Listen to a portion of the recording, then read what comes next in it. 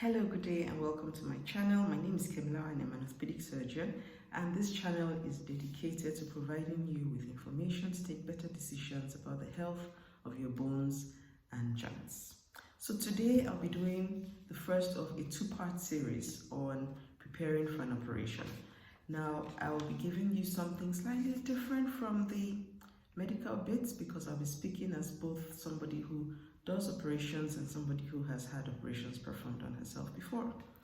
Okay, so first part today will be preparing for an operation for yourself, and the next part will be preparing for an operation for a family member or a child. Okay, so I've made some notes, and pardon me, I'll look down at them from time to time, just like keep myself on track and keep this video as short and as compacted as possible. Okay, yes, so first things first, the dates. If you are going to pick the date for an elective surgery, elective meaning that it's surgery that you can plan towards, it's not necessarily to be done as an emergency, then you should try where possible to pick these dates for your best convenience. Think about taking time off work formally. Think about having someone who will look after you also take some time off work as well. Do not think it's a major or a minor surgery. It's better to be a bit over-prepared than to be under-prepared so that you're totally comfortable. Okay, most clinicians will be happy to give you a formal note called a sick note, or to write a medical report to your employers to tell them that you need an operation and to give you some time off work. The time given off work would depend on what operation it is and what healing periods are required. Cool. The next thing here is discussion. You need to sit and discuss with your surgeon about the operative plan. You need to know what your diagnosis is, what surgery is planned, and what the alternatives are. Most clinicians, again, will tell you these things as part of a routine process of assessing you and getting you ready for surgery. But it's important for you as well to be clear in your mind about what surgery is going to achieve and what surgery is not going to achieve, so that everybody's on the same page and you can prepare with, realistic expectations. It's important for you to go through the risks and the rewards. We call this a risk and reward conversation. You need to know, what could go wrong and what are the things that are put in place to prevent these things going wrong or to deal with unavoidable problems when they do occur. As a general rule, most people will tell you about the use of antibiotics, whether you need blood or not, and they would have been certain to make these things ready. The other thing in terms of preparation is you would need to see the anesthetists, who are generally like the safety experts for an operation. They will be the ones to give you either, the general anesthetic, which is putting you to sleep, the back injections such as the spinal or the epidural, and sometimes even they give a hand with the local anesthetic. So the anesthetic review is a very important part of your preparation. Depending on the complexity of your surgery, depending on how old you are and what other problems you have, such as hypertension or diabetes or asthma, or even things like peptic ulcer, oftentimes you would need to see the anesthetist well before your operation. Sometimes you may have like a list of things to start doing in terms of lifestyle changes, or even other reviews with other clinicians, such as the diabetologist, for instance, or the nephrologist, to help you look after things like a high blood pressure or a cardiac problem or a blood sugar problem, to make sure that you are absolutely fit for your operation. These are all things that make operations safe and make them successful. Like I said as well, you also need to think about alternatives to an operation. There are some problems, certainly in orthopedics, where yes, you might be fine with a brace or fine with a lifestyle change or a change of shoe wear, at least for a while, and these are things that are useful to think about.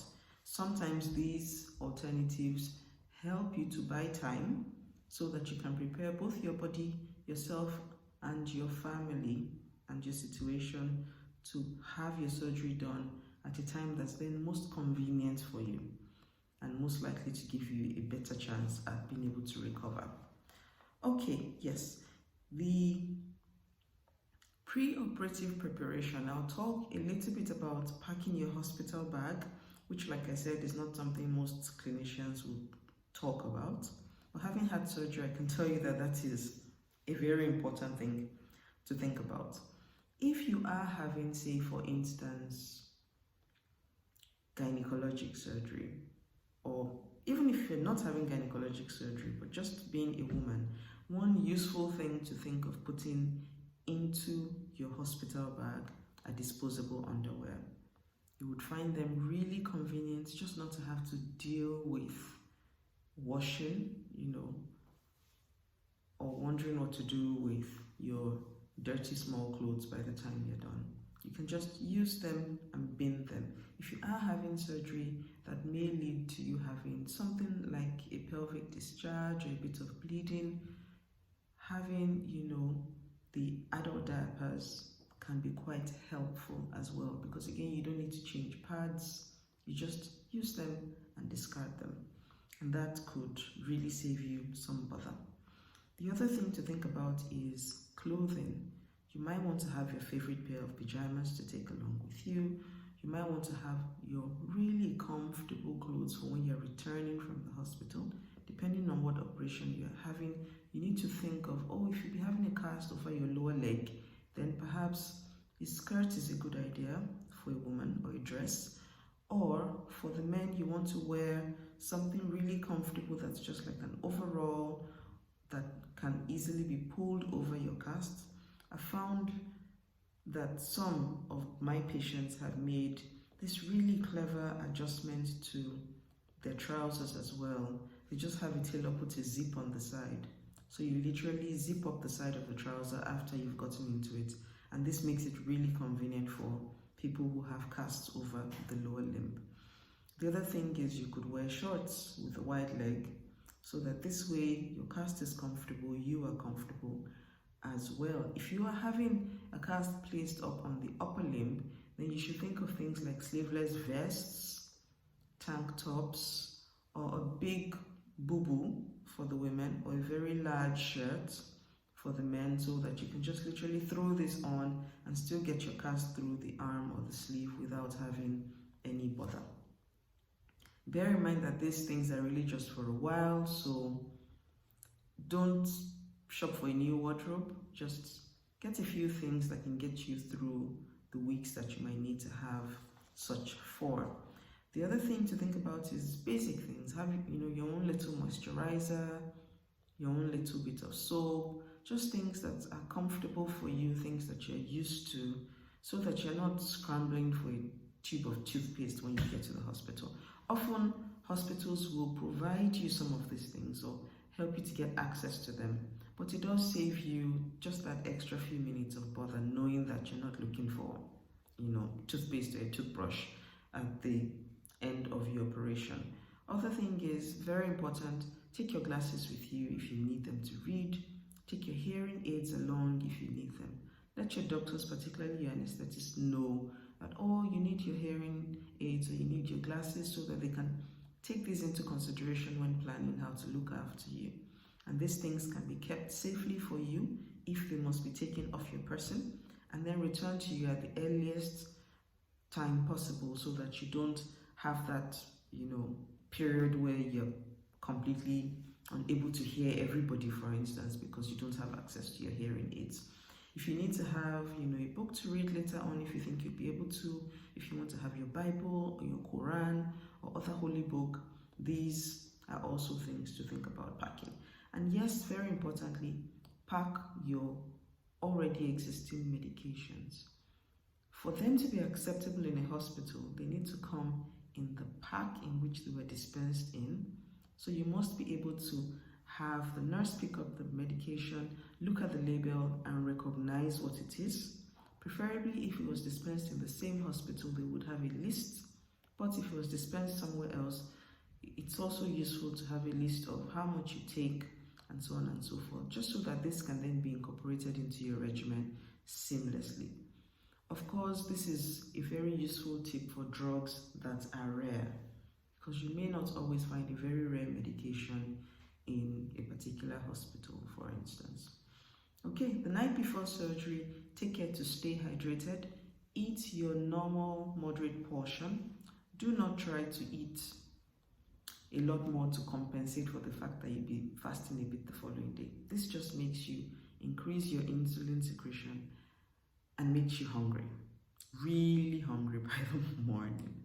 Most anesthetists and surgeons would have clarified with you how much of a fasting period you require, and when you're not sure, ask the nurse looking after you to say, oh, when is the last time I can stop eating solids? When is the last time I can stop drinking liquids? And then, when is the last time I can stop drinking water? Another important thing to think about is your next of kin, particularly when you're having things like high-risk surgery, or when you think after your operation, you may not be able to take some decisions for yourself for a while. It's important to have thought about somebody who can take decisions on your behalf. Now, generally, surgeries are very safe these days. Anesthesia has become really, really safe, and the whole practice is quite controlled, but it is reasonable, like I said, particularly for very high-risk situations, to have had a thought about who can take decisions on your behalf and who can decide specific things for you in the event that there may be some emergency at a time when you are unable to make such decisions for yourself. Okay, so like I said, I have tried to keep this nice and short. This is right about 12 minutes thereabouts. Please feel free to like, subscribe, and follow. Tell your friends and relatives about this channel as well. And I will be speaking on how to prepare for an operation for a family member such as a child in the next video.